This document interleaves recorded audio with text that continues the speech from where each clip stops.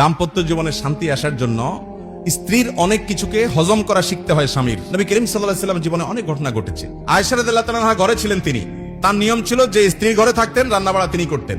অন্য স্ত্রী এক বাটি খাবার দিয়ে একটা কাজের মেয়েকে পাঠাইছেন, খাদ্দামাকে কৃতদাসীকে পাঠিয়েছেন এক বাটি খাবার দিয়ে, তরকারি দিয়ে ধরেন।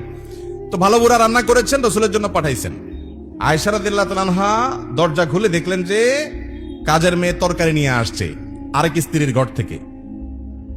এই টাইমে যে কোনো মানুষই, যে কোনো মহিলারই মাথা গরম হওয়ার কথা। আমার বাসায় আজকে উনি থাকবে, আমি যা খাওয়াবো, তুমি আবার ওখান থেকে এক বাটি দিয়ে ভালো হওয়ার চেষ্টা করতেছো।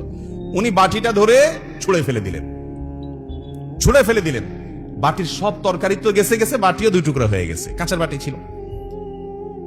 এই দৃশ্য নবী করিম সাল্লাল্লাহু আলাইহি ওয়াসাল্লাম দেখার পর উনি বাইরে হয়ে আসলেন, যা উঠান থেকে নিজের হাতে সে ভাঙা বাটিটা নিয়ে আসলেন। আনার পর একই শেপের একই ধরনের আরেকটা বাটি এই ঘরেও ছিল, আসলে তার ঘরে।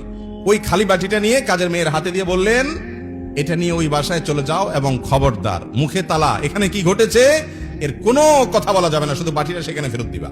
ওখানে বাটিটা ফেরত দিছি। যিনি পাঠিয়েছেন তিনি মনে করেছেন যে কি, যে তরকারি রেখে কত সুন্দর করে ধুয়ে সাফ করে আবার বাটিটি দিয়েছে, তিনি অনেক খুশি।